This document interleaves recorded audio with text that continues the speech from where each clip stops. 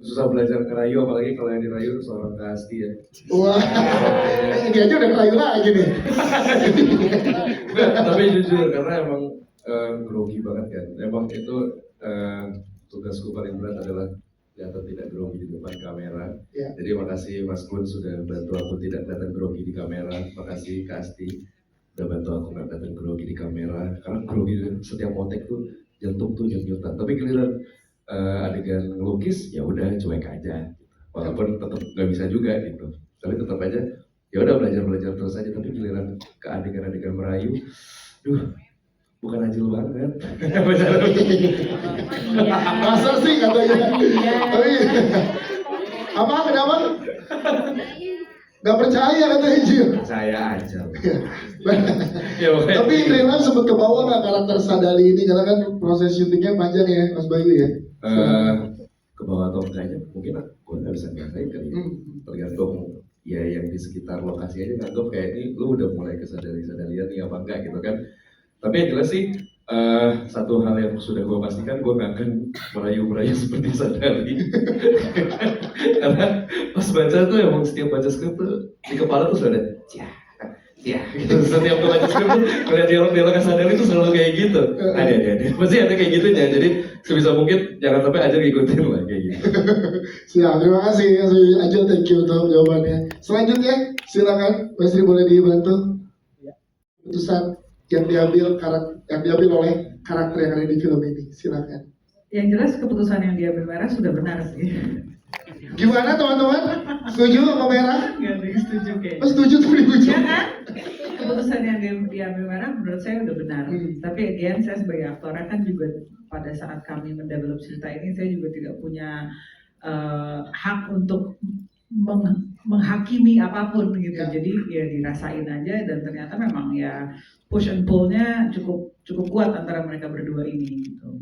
Ada sesuatu yang spesial lah sebetulnya dari yang kami sudah tanam di film pertama dan ternyata di film kedua juga masih banternya tuh masih seru gitu ya gitu. Jadi mana keputusannya sudah benar atau enggak kayaknya itu kembali ke penonton aja gitu, karena kami membuat film ini untuk penonton, jadi selamat menikmati dan selamat menghakimi.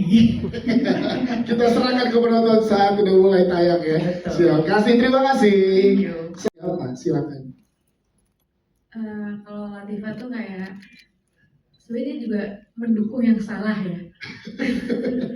Dia kayak udah tahu nih temannya sahabatnya udah punya suami, tapi dia tetap kayak ya udahlah closure dulu karena dia nggak mau kayak ngeliat sahabatnya tuh galau soal masa lalu, gamon mulu. Jadi kayak ya dia support system, apapun yang dilakuin sahabatnya menurut dia asalkan itu bikin seneng dia bakal belain gitu. Yes, kalau di 2002 itu udah ada kata-kata gamon itu bakal diomongin sama Latifah tuh ya. Iya. Kenapa sih lu gagal move on gitu? Iya, gamon banget gitu.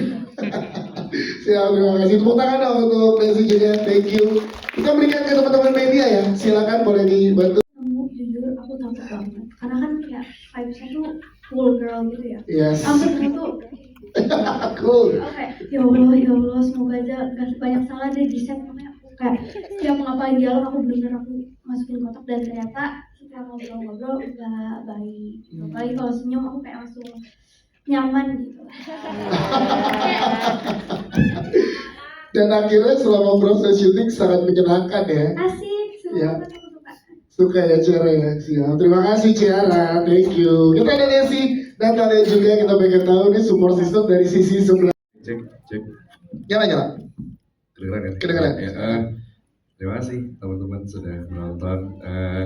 Jangan marah ya sama Sadali ya. Memang begitu apa adanya Sadali yang sudah di-create sama para bapak-bapak yang ada di kiri kananku.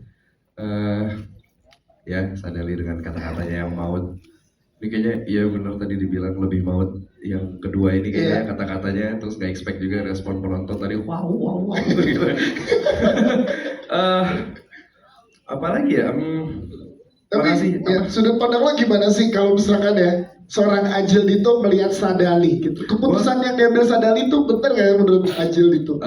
Harusnya itu keputusan kalau menurut gue ya. Misalnya gue temenan sama Sadali, gue teriakin di depan mukanya, harusnya dari 3 tahun yang lalu gitu. Harusnya ngomong kayak gini tuh dari udah lama gitu. Jangan tunggu sampai 3 tahun baru punya keberanian untuk menyelesaikan gitu kan. Ya beruntunglah kita mungkin ada yang ada yang tidak punya teman seperti Sadali. Kalau ada teman yang seperti Sadali ya keplak aja kepalanya atau apapun itu. Karena bandel bang batu sih menurut aku si Sadali ini. Dia punya pembenaran ya kayak ya Mbak Mera bilang di dialog tadi, selalu punya pembenaran atas apa yang Sadali perbuat gitu kan.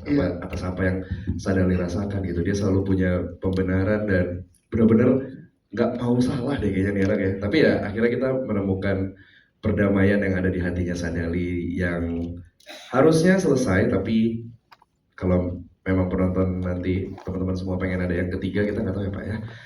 Mudah-mudahan. Amin, amin. Panjang.